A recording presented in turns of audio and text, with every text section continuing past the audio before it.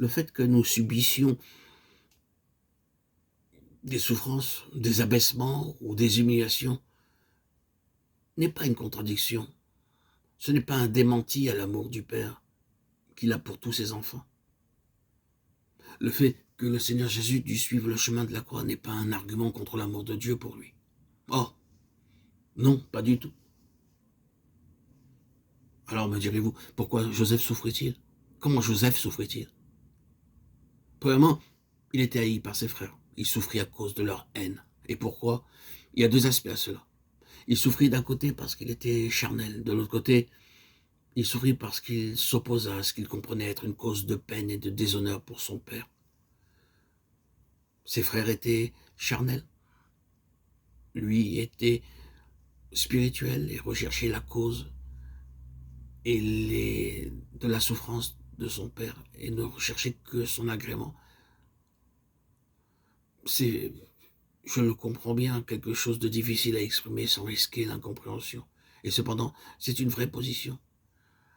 Puisque celui qui est réellement en accord avec la loi de l'esprit de vie et en qui peut opérer cette loi aura un discernement spirituel à l'égard de ce qui est encore charnel. Même dans les enfants de Dieu, dans la famille du Père. Et parce qu'il a ce discernement, il ne pourra pas l'accepter, il devra le répudier. Il devra s'opposer à tout ce qui est charnel parmi le peuple de Dieu. Et c'est ce qu'a fait Joseph.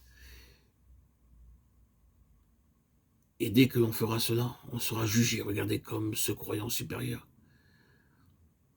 Joseph avait le discernement pour remarquer en ses frères leur côté charnel. Ce qui a attisé la haine et le rejet des frères, il a été retranché, mis de côté, comme tout enfant de Dieu qui a ce discernement. Il sera toujours retranché, mis de côté, il sera toujours rejeté, et il deviendra un objet de raillerie et de reproche. Et ici, il s'agira alors de la souffrance. Il faut bien comprendre que l'esprit charnel n'aime pas se voir exposé. Et voilà pourquoi Joseph eut à souffrir. Et c'est le chemin de la souffrance. C'est vouloir pour Dieu l'accomplissement de sa pensée la plus haute, ce qui signifiera toujours s'opposer à ce qui est moindre que la pensée la plus haute de Dieu. Et voilà la raison pour laquelle il a attiré l'animosité de ses frères contre lui.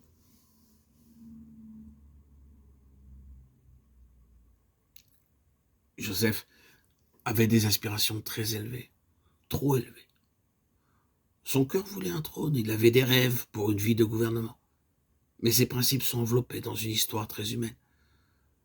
Le Seigneur ne présente pas des peintures artificielles. Si nous écrivions cette méditation pour en faire ressortir les principes spirituels, nous l'écririons tout différemment. Le Seigneur, lui, nous dit cette histoire en termes très humains. Et il permet que nous ayons tous les détails de la façon maladroite dont Joseph agit à l'égard de ses frères. Et cependant, caché derrière cette histoire très humaine dans laquelle paraissent tous les défauts de Joseph, alors même qu'il désire les choses les plus élevées, caché derrière l'histoire humaine, il y a des principes. Derrière ses rêves et le récit qui en est fait, il y a un principe. Le trône est en vue. Et le trône est l'intention et le but de Dieu pour ceux qui veulent le suivre jusqu'au bout. Le trône est la destinée que Dieu réserve à cette vie qui est venue de lui-même. Elle doit, c'est là sa propre voie, revenir à sa source, elle doit retourner à celui duquel elle est sortie. La seule chose qui puisse retourner à Dieu, c'est sa propre vie, celle qui est de lui-même et rien d'autre. Cette vie nous a été donnée pour nous faire parvenir par le chemin de la souffrance qui nous sanctifie jusqu'au trône.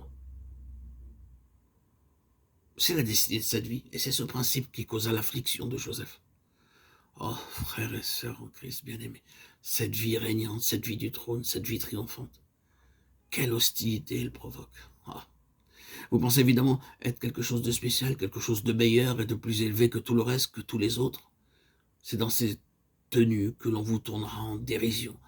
Vous serez source de raillerie et d'opprobre.